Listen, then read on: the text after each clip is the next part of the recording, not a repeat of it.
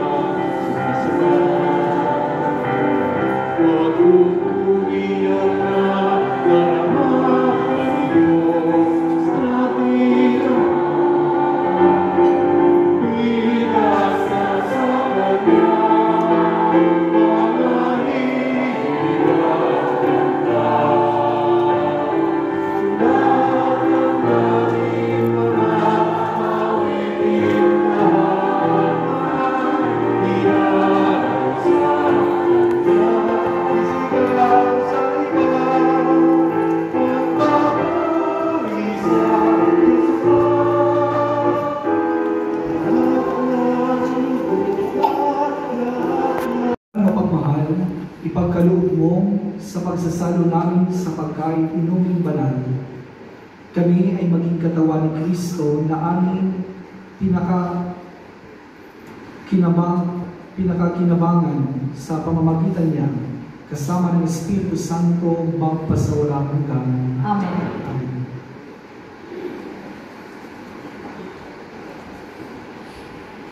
Panalangin kay San Miguel Arcangel.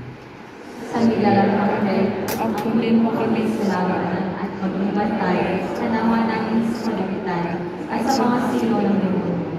Sukulin mo ang tayong Diyos na pinagmamakaamo namin sa iyo at ikaw ang prinsipe ng pagkanamin tubo. Sa pagkalitan ng Diyos ay ibigay mo sa kailaliman ng impyerno sa tanas ng lahat ng maluluit na espiritu nagpagala sa sanlibutan at nagpapahamak sa mga kaluluwa. Amen. Church announcements. First, International Food Fair 2025.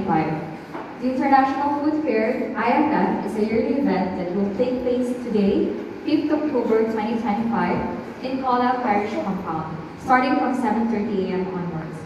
Food coupons to purchase food on that day will also be available at $10 per booklet, of 10 coupons from the coupon stall if you haven't bought one yet. Please be informed that there will be no cash sales.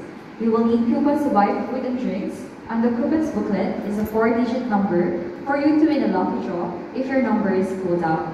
Please come and support this event as all proceeds will go towards the vocation or seminary fund. Your usual support is very much appreciated. Second, cancellation of Mass. Please be informed that the 10 a.m. Mass on 12th October 2025 is cancelled. This is due to the event that will take place at the Suas Padang and the roads will be closed. Lastly, birthday celebration. Father Joe will be celebrating his 53rd birthday on Sunday, 12 October 2025. There will be a fellowship in the parish hall after the 5:30 p.m. Mass on that day, and all are cordially invited. There will be some entertainments and food will be provided. For the rest of the church announcements, please refer to our parish newsletter. Thank you. Sana tulungan po natin ang initiative ng parokya about dito sa suporta para sa kanilang mga seminarista.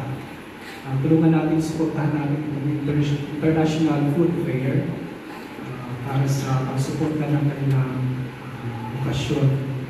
Panalangin natin na magkaroon ng lumago ang okasyon dito sa parokya ito, sa komunidad na ito. Alam niyo po, sa Pilipinas, ang daming pare, no? Daming pare, pero nakakapanlumo na dito, kailangan nila ng pare.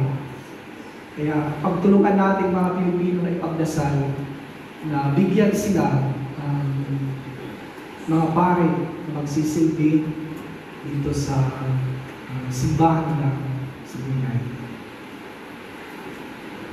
Sumainyo ang Panginoon. At sumayin. Magsiyo po kayo at ipanalangin ang pagpapala ng Diyos. Manatili nawa kayo sa landas ng Panginoon at magpatuloy sa paggawa ng mabutit tama hanggat iyong makamit ang pamanang makalangin. Amen. Mapagtiisan nawa ninyo ang kahirapan ng buhay at malampasan ninyo ang lahat ng uri ng pagsubok. Amen.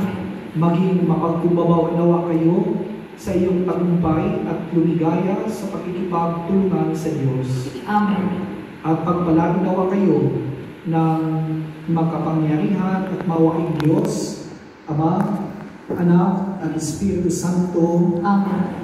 Humayo kayo sa kapayapaan upang mahalin at paglingkuran ang Panginoon. Salamat sa Diyos.